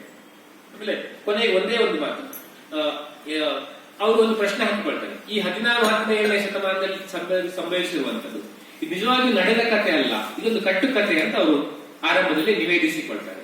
ಅಲ್ಲೊಂದು ಸ್ವಾರಸ್ಯ ಇದೆ. ಏನಂದ್ರೆ ಎಷ್ಟೋ ಜನ ಜೀವನ ಚರಿತ್ರೆ ಅಂತ ಬರೆದಿರ್ತಾರೆ, ಆದ್ರೆ ಆ ಜೀವನ ಚರಿತ್ರೆಯಲ್ಲಿ ಎಷ್ಟೋ ಸರಿ ಸತ್ಯಾಂಶಗಳು ಇರುವುದಿಲ್ಲ. ಏನು ಮಾಡಬೇಕಾಗಿತ್ತು ಅದನ್ನು ಮಾಡಿದ್ದೇವೆ ಎಂಬ ಹೇಳ್ತಾರೆ. ಏನು ಮಾಡಿದ್ದೇನೆ ಅಂತ ಹೇಳೋದಲ್ಲ, ಏನು ಮಾಡಬೇಕಾಗಿತ್ತು ಅದನ್ನು ಮಾಡಿದ್ದೇವೆ ಎಂಬ ಹೇಳ್ತಾರೆ. ಆದ್ರಿಂದ ಜೀವನ ಚರಿತ್ರೆಗಳಲ್ಲಿ ಎಷ್ಟೋ ಸರಿ ಕಟ್ಟುಕತೆಗಳಿರ್ತದೆ, ಆದ್ರೆ ಇವ್ರು ಬರೆದಿರುವ ಕಟ್ಟುಕತೆಯಲ್ಲಿ ಜೀವನ ಚರಿತ್ರೆ. ಇದು ಬಹಳ ಸ್ವಾರಸ್ಯಕಾರಿಯಾದ. ಆದ್ರಿಂದ ಎಷ್ಟೋ ಸರಿ ವಾಸ್ತವವಾಗಿ ನೋಡಿದ್ದಕ್ಕಿಂತ ಒಂದು ಪಾತ್ರವಾಗಿ ನೋಡಿದ್ರೆ ಹೆಚ್ಚು ಗೊತ್ತಾಗುತ್ತೆ. ಸುಮ್ಮನೆ ರಾಜಶೇಖರ್ ಜೋಗಿ ಮನೆಯವರ ಹತ್ರ ಮಾತಾಡಿದ್ರೆ ಅವ್ರ ಬಗ್ಗೆ ನಮ್ಗೆ ಅಷ್ಟೊಂದು ಗೊತ್ತಾಗಲಿಕ್ಕಿಲ್ಲ. ಅದೇ ಒಂದು ಭೈರಪ್ಪನವರ ಕಾದಂಬರಿಯಲ್ಲಿ ರಾಜಶೇಖರ್ ಅವರ ಪಾತ್ರವಾಗಿ ಬಂದ್ರೆ ಅವ್ರು ಇನ್ನೂ ಹೆಚ್ಚು ಅರ್ಥ ಆಗ್ತಾರೆ. ಇದು ಒಂದು ಬಹಳ ಸ್ವಾರಸ್ಯಕಾರಿಯಾದ. ಹಾಗಾಗಿ ಅವರು ಅದರ ಆ ಯೋಚನೆ ಮಾಡ್ಬೇಕಾಗಿಲ್ಲ, ಇದು ಕಟ್ಟುಕತೆ, ಇದು ನಿಜವಾಗಿ ನಡೆದಿರೋದಲ್ಲ. ನಾವೀಗ ಚಾಲುಕ್ಯ ಪುಲಕೇಶಿ ಬಗ್ಗೆ ಬರೀತೇವೆ, ಅವನೇನು ವಿಡಿಯೋ ರೆಕಾರ್ಡಿಂಗ್ ಇದೆಯಾ, ನಾವೇನು ಹೋಗಿ ಅವರನ್ನು ನೋಡಿದೀವಿ ಇಲ್ಲ. ನಾವು ಶಾಸನಗಳಲ್ಲಿ ಏನ್ ಬಂದಿದೆ, ವಿಕ್ರಮಾಂಕ ದೇವಚರಿತ್ರೆಯಲ್ಲಿ ಏನ್ ಬಂದಿದೆ, ಇಂತಹ ಆಧಾರಗಳನ್ನು ಇಟ್ಕೊಂಡು ನಾವು ಹೇಳ್ತೇವೆ. ಹಾಗೆ ಆ ಕಥೆಯಲ್ಲಿ ಅವ್ರು ನಮ್ಗೆ ಹೆಚ್ಚು ದಕ್ತಾರೆ ಅನ್ನೋದು ಒಂದು ಬಹಳ ಮುಖ್ಯವಾದ ಅಂಶ. ಹಾಗಾಗಿ ಜೀವನ ಚರಿತ್ರೆಯಲ್ಲಿ ಕಟ್ಟುಕತೆಗಳಿದೆ, ಕಟ್ಟುಕತೆಯಲ್ಲಿ ಜೀವನ ಚರಿತ್ರೆ ಇದೆ ಎಂಬುದನ್ನು ಇವರು ಬಹಳ ಚೆನ್ನಾಗಿ ಸಾಧಿಸಿ ತೋರಿಸಿದ್ದಾರೆ. ಅದು ಒಂದು. ಆಮೇಲೆ ಇನ್ನು ಒಂದೇ ಒಂದು ಕೊನೆಯ ಮಾತು ಹೇಳಿ ನಿಲ್ಲಿಸಿಬಿಡ್ತೇನೆ. ಈ ಪಾತ್ರಗಳ ಜೀವನ ಧೋರಣೆ ಏನು ಅದನ್ನು ನಾನು ಈಗಾಗಲೇ ಹೇಳಿದ್ದೇನೆ. ಜಸ್ಟ್ ಒಂದು ಕನ್ಕ್ಲೂಡಿಂಗ್ ರಿಮಾರ್ಕ್, ಸಮಾಪ್ತಿ ವಾಕ್ಯವನ್ನು ಹೇಳ್ತೇನೆ. ಅದು ಈ ಕಾದಂಬರಿಯ ಮುಖ್ಯವಾದ ಟೇಕವೇ ಏನಂದ್ರೆ, ಕಾಲದ ಒಂದು ನಿರಂತರವಾದ ನಿತಾಂತವಾದ ನಿರ್ಜರಿ ಪ್ರವಾಹ, ಆ ಪ್ರವಾಹದ ಎದುರು ನಾವೆಲ್ಲ ಏನು ಅಲ್ಲ. ಎಷ್ಟೆಷ್ಟೋ ವೈಭವೋಪೇತವಾಗಿ ಮೆರೆದಂತಹ ಸಾಮ್ರಾಜ್ಯಗಳು ಅಳಿಸಿ ಹೋಗ್ತದೆ, ನಾಗರಿಕತೆಗಳೇ ನಿರ್ನಾಮ ಆಗಿ ಹೋಗ್ತದೆ, ಎದೆಯುಬ್ಬಿಸಿ ನಿಂತಹ ಕೋಟೆ ಕೊತ್ತಳಗಳು ನಿರ್ನಾಮವಾಗಿ ನಾಮಾವಶೇಷವಾಗಿ ಹೋಗ್ತದೆ, ಯಾವುದು ಉಳಿಯುವುದಿಲ್ಲ. ಬನ್ನಿ, ಜಾಸ್ತಿ ಹಾರಾಡಬೇಡಿ, ನಿಮ್ಮ ಜೀವನವನ್ನು ಚೆನ್ನಾಗಿ ಬದುಕಿ 4 ಜನರಿಗೆ ಉಪಕಾರ ಮಾಡಿ ಹೋಗಿ. ಇದು ಬಹಳ ಮುಖ್ಯವಾದ ಕೇಳಿ. ಇದನ್ನ ಪಂಪನ ಆದಿಪುರಾಣದಲ್ಲಿ ಬಹಳ ಸ್ವಾರಸ್ಯಕಾರಿಯಾಗಿ ಹೇಳಲಾಗಿದೆ. ಅಲ್ಲಿ ಈ ಭರತೇಶ ಚಕ್ರವರ್ತಿ ಏನು ದಿಗ್ವಿಜಯ ಮಾಡಿ ಚಕ್ರವನ್ನು ಹಿಡ್ಕೊಂಡು ಇಡೀ ಭೂಮಂಡಲವನ್ನೆಲ್ಲ ತಿರುಗಿ ದಿಗ್ವಿಜಯ ಮಾಡಿ ಬಂದು ದಿಗ್ವಿಜಯ ಮಾಡಿ ಆದ್ಮೇಲೆ ಅದ್ರ ಬಗ್ಗೆ ಶಾಸನ ಹಾಕ್ಸ್ಬೇಕಲ್ಲ, ಈ ರಾಜರಿಗೆ ಇದೇ ಅಭ್ಯಾಸ. ಅದ್ರ ಬಗ್ಗೆ ಒಂದು ಪ್ರಶಸ್ತಿ ಬರೆಸ್ಬೇಕು ಅಂತ ಒಂದು ವೃಷಭ ಪರ್ವತಕ್ಕೆ ಬರ್ತಾರೆ. ಒಂದು ಪ್ರಶಸ್ತಿ ಬರೆಸ್ಬೇಕು ಅಂತ ಗೋಡೆಯನ್ನು ನೋಡುವಾಗ ಅದರ ಆ ಸಂದರ್ಭ ಅದನ್ನ ಪಂಪ ಬರೆದಿದ್ದಾನೆ. ಅದನ್ನ ನಾನು ಹೇಳ್ತೇನೆ. ಅದರೊಳ ಅನೇಕ ಕಲ್ಪ ಶತಕೋಟಿಗಳೊಳ್ ಸಲೆಸಂದ ಚಕ್ರಿವೃಂದದ ಛಲದ ಆಯದ ಆಯತಿಯ ಚಾಗದ ಬೀರದ ಮಾತುಗಳ್ ಒದವಿದೆ ತತ್ಪ್ರಶಸ್ತಿಗಳೊಳ್ ಅಂತವನೊಯ್ಯನೆ ನೋಡಿ ನೋಡಿ ಸೋರ್ದುದು ಕೊಳಗೊಂಡ ಗರ್ವರಸಮ ಭರತೇಶ ಚಕ್ರವರ್ತಿಯ. ಅಂದ್ರೆ ಅವನು ಪ್ರಶಸ್ತಿಯನ್ನು ಬರೆಸ್ಬೇಕು ಅಂತ ಬಂದಾಗ ಆ ಬೆಟ್ಟದಲ್ಲಿ ಏನಂದ್ರೆ, ಶತಕೋಟಿ ವರ್ಷಗಳಿಂದ ಸಾವಿರಾರು ಜನರಾದರು ಇವನು ಮಾಡಿರುವಂತಹ ದಿಗ್ವಿಜಯಗಳನ್ನು ಈಗಾಗಲೇ ಮಾಡಿಬಿಟ್ಟಿದ್ದಾರೆ. ಮಾಡಿ ಎಲ್ಲರೂ ಅವರ ಪ್ರಶಸ್ತಿ ಬರ್ಸಿ ಆ ಬೆಟ್ಟದಲ್ಲಿ ಇವನಿಗೆ ಬರೆಯೋದಕ್ಕೆ ಜಾಗವೇ ಇಲ್ಲ. ನಾನು ತ್ರಿಭುವನವನ್ನೇ ಗೆದ್ದವನು, ಚತುರ್ದಶ ಭುವನಗಲ್ಲಣ, ಭೂಮಂಡಲವನ್ನೇ ವಿಕ್ರಮ ಮಾಡಿದ ಮಹಾವೀರ ಶೂರ ಅಂತ ಪ್ರಶಸ್ತಿ ಬರೆಸಬೇಕು, ದಿಗ್ವಿಜಯ ಮಾಡಿಬಿಟ್ಟಿದ್ದೇನೆ ಅಂತ ಬಂದಿರ್ತಾನೆ. ಅವರ ದಿಗ್ವಿಜಯನ ಬರೀಲಿಕ್ಕೆ ಆ ಬೆಟ್ಟದಲ್ಲಿ ಜಾಗವೇ ಇಲ್ಲ, ಅಷ್ಟು ಜನ ಈಗಾಗಲೇ ಬರೆದು ಬಿಟ್ಟಿದೆ. ಹಾಗೆ ಅವರ ಗರ್ವರಸ ಸೋರಿ ಹೋಯಿತು ಅಂತ ಪಂಪ ಅದನ್ನು ಬಹಳ ಪರಿಣಾಮಕಾರಿಯಾಗಿ ಮಾರ್ಮಿಕವಾಗಿ ಹೇಳಿದ್ದಾನೆ. ಈ ಕಾದಂಬರಿಯ ಮುಖ್ಯ ಟೇಕವೇ ಕೂಡ ಅದೇ. ಬರ್ತೀರಿ, ಒಬ್ಬ ರಾಜವಂಶಗಳು ಬರ್ತದೆ, ಒಂದು ವಂಶ ಬರ್ತದೆ, ಅವರ ಬಾಳವನ್ನು ಬಾಳ್ತಾರೆ, ಒಂದು ಕಾಲದಲ್ಲಿ ಇಲ್ಲವಾಗ್ಬಿಡ್ತಾರೆ. ಒಂದು ಅಂತ್ಯದಿಂದ ಇನ್ನೊಂದು ಆದಿ, ಆ ಆದಿ ಮುಗಿದ ಮೇಲೆ ಇನ್ನೊಂದು ಅಂತ್ಯ, ಹೀಗೆ ಹುಟ್ಟು ನಾಶ, ಹೀಗೆ ಈ ಚಕ್ರ ಆಗ್ತಾ ಇರ್ತದೆ. ಒಂದು ಬರ್ತದೆ, ಒಂದು ಹೋಗ್ತದೆ, ಒಂದು ಅಳಿಯುತ್ತದೆ, ಒಂದು ಮೆರೀತದೆ, ಆ ಮೆರೆದದ್ದು ಮತ್ತೆ ಅಳೆಯುತ್ತದೆ, ಜನ ಮರೆತು ಬಿಡ್ತಾರೆ. 50 ದಶಕದಲ್ಲಿ ಸಿನಿಮಾ ರಂಗದಲ್ಲಿ ಮೆರೆದವರು ಹೆಚ್ಚಿನವರಿಗೆ ಹೆಸರೇ ಗೊತ್ತಿಲ್ಲ. ಈ ರೀತಿ ಆಗ್ತದೆ. ಇದನ್ನ ನಾವೊಂದು ವಿಶಾಲವಾದ ಕ್ಯಾನ್ವಸ್ ನಲ್ಲಿ ಇಷ್ಟು ಪಾತ್ರಗಳು ಬಂದು ಹೋಗಿ ಮಾಡುವುದರ ಮೂಲಕ ಇದನ್ನು ನಾವು ಗ್ರಹಿಸಿಕೊಳ್ಬೇಕು. ಇದು ಅವರ ಕಾದಂಬರಿಯ ಮುಖ್ಯವಾದ ಟೇಕವೇ, ಮುಖ್ಯವಾದ ಜೀವನ ಮೌಲ್ಯ ಧೋರಣೆ. ಇದನ್ನ ನಾವು ಗ್ರಹಿಸಿದ್ರೆ ಈ ಕಾದಂಬರಿ ಮತ್ತಷ್ಟು ಇಷ್ಟ ಆಗ್ತದೆ. ಇಷ್ಟನ್ನು ಹೇಳಿ ಈ ಕಾದಂಬರಿಯ ಪರಿಚಯ ನಾನು ಅಲ್ಲಿ ಮುಗಿಸ್ತೀನಿ. 2 ಮಾತು. ಹಾಗೆ ಅವರು ಕನ್ನಡದ ಒಳ್ಳೆಯ ಕಥನಕಾರರ ಶಾಲೆಗೆ ಸೇರಬಲ್ಲವರು ಈಗಾಗಲೇ ಸೇರಿದ್ದಾರೆ ಎನ್ನುವುದನ್ನು ಯಾವುದೇ ಸಂಕೋಚ ಇಲ್ಲದೆ, ಮುಖಸ್ತುತಿ ಅಲ್ಲದೆ ಅವರು ಇಲ್ಲೇ ನಾನು ನಿಮ್ಮ ಹೇಳ್ತಾ ಇದ್ದೆ. ಒಳ್ಳೆಯ ಕಾದಂಬರಿ, ಒಳ್ಳೆಯ ಅವರು ಸತ್ಯನಾರಾಯಣ ಹೇಳಿದಾಗ ಅದಕ್ಕೆ ಇನ್ನಷ್ಟು ಇದರ ಬಗ್ಗೆ ಮಾತುಕತೆಗಳು, ಇನ್ನಷ್ಟು ಜನ ಇದನ್ನು ಓದಬೇಕಾದಂತ ಅವಶ್ಯಕತೆ ಇದೆ. ಬಹಳ ಒಳ್ಳೆಯ ಕಾದಂಬರಿ. ಮತ್ತೆ ಬೇರೆ ಕಾದಂಬರಿಗಳಿಗಿಂತ ಇದು ಹೇಗೆ ಭಿನ್ನವಾಗಿದೆ, ಇದನ್ನು ಯಾವ ಮನೋಧರ್ಮದಲ್ಲಿ ಓದಬೇಕನ್ನೋದನ್ನು ನಾನು ಹೇಳಿದ್ದೇನೆ. ಅವರು ಯಕ್ಷಗಾನ, ತಾಳಮದ್ದಳೆ ಅದರಲ್ಲೆಲ್ಲ ಬಹಳ ಆಸಕ್ತಿ. ಅವ್ರು ನನಗೆ ಪರಿಚಯ ಹೇಳಿದ್ದೆ ಹಾಗೆ. ಎಮ್ಮೆ ಹೆಗಡೆ ಅಂತ ಅವ್ರ ಅಣ್ಣ ಇದ್ದಾರೆ, ಅವ್ರ ತಮ್ಮ ಅಂತ ಹೇಳಿದ್ಕೊಂಡು ನನಗೆ ಎಮ್ಮೆ ಹೆಗಡೆ ಅವ್ರ ತಮ್ಮ ಹಾಗೆ. ಈ ತಮಿಳರಲ್ಲಿ ಒಂದಿದೆ, ನೀವು ಆಫ್ರಿಕಾದಲ್ಲೇ ಭೇಟಿ ಆದ್ರು ಅವರು ತಮಿಳರು ಅಂತ ಗೊತ್ತಾದ್ರೆ 5 ನಿಮಿಷದಲ್ಲಿ ಅವರು ಬಹಳ ಆತ್ಮೀಯರಾಗ್ಬಿಡ್ತಾರೆ, ಬಹಳ ಫ್ರೆಂಡ್ಸ್ ಆಗ್ಬಿಡ್ತಾರೆ. ನಮ್ಗೆ ದಕ್ಷಿಣ ಕನ್ನಡ, ಉತ್ತರ ಕನ್ನಡದವ್ರಿಗೆ ಹಾಗೆ. ನಾವು ಯಕ್ಷಗಾನದವರು, ನಾವು ತಾಳಮದ್ದಳೆಯವರು ಅಂತ ಹೇಳಿದ್ರೆ 5 ನಿಮಿಷದಲ್ಲಿ ನೀವು ನಮ್ಗೆ ಕ್ಲೋಸ್ ಆಗ್ಬಿಡ್ತೀವಿ, ಆತ್ಮೀಯರಾಗ್ಬಿಡ್ತಾರೆ. ಹಾಗೆ ಅವರು ಯಕ್ಷಗಾನ, ತಾಳಮದ್ದಳೆ ಇದರ ಬಗ್ಗೆ ಇದರಲ್ಲಿ ತುಂಬಾ ಬಂದಿದೆ. ಅವರ ಅಣ್ಣ ಎಮ್ಮೆ ಹೆಗಡೆ ಅವರು ಯಕ್ಷಗಾನದ ಕಲಾವಿದರೆಲ್ಲ ಆಗಿದ್ರು. ಅವರು ಅಲಂಕಾರ ತತ್ವ ಪರಿಚಯ ಅಂತ ಒಂದು ಕಾವ್ಯ ಮೀಮಾಂಸೆಯ ಓದುಗರಿಗೆ ಬಹಳ ಸಹಕಾರಿಯಾಗುವಂತ ಒಂದು ಕೃತಿ ಬರೆದಿದ್ದಾರೆ. ಅದಕ್ಕೂ ಹೆಚ್ಚು ಪ್ರಚಾರ ಸಿಗಬೇಕು ಅಂತ ನಾನು ಹೇಳ್ತೇನೆ. ಅದರಲ್ಲಿ ನಮ್ಮಲ್ಲಿ 100 ಅಲಂಕಾರಗಳಿವೆ. ನಾವು ತೀನಂಶಿಯವರ ಭಾರತೀಯ ಕಾವ್ಯ ಮೀಮಾಂಸೆ ಓದಿದ್ದೀರಲ್ಲ, ಅಲ್ಲಿ ಒಂದು 30-40 ಅಲಂಕಾರಗಳನ್ನು ಬಹಳ ಸುಲಭವಾಗಿ ಪರಿಚಯ, ಅದಕ್ಕೆ ಕನ್ನಡದ ಪದ್ಯಗಳಿಂದಲೇ ಉದಾಹರಣೆ ಕೊಟ್ಟು ಅವರು ಬರೆದಿದ್ದಾರೆ ಎಮ್ಮೆ ಹೆಗಡೆ ಅವರು. ಇನ್ನೂ ಹಲವಷ್ಟು ಒಳ್ಳೆಯ ವಿದ್ವಾಂಸರು. ಆನಂದವರ್ಧನ ಧ್ವನ್ಯಾಲೋಕಕ್ಕೆ ಅಭಿನವ ಗುಪ್ತ ಬರೆದಿರುವಂತಹ ಲೋಚನೆ ಇದೆ, ಅದರ ಅನುವಾದವನ್ನು ಮಾಡಿಕೊಟ್ಟಿದ್ದಾರೆ. ಒಳ್ಳೆ ಸಂಸ್ಕೃತ ವಿದ್ವಾಂಸರು. ಹಾಗೆ ಇವರ ಕೃತಿಗಳು ಅವರ ಕೃತಿಗಳು ಎರಡೂ ಸಾಕಷ್ಟು ಜನರಿಗೆ ತಲುಪಬೇಕು ಅಂತ ಹೇಳಿ ನನ್ನ ಮಾತುಗಳನ್ನು ಮುಗಿಸ್ತೇನೆ.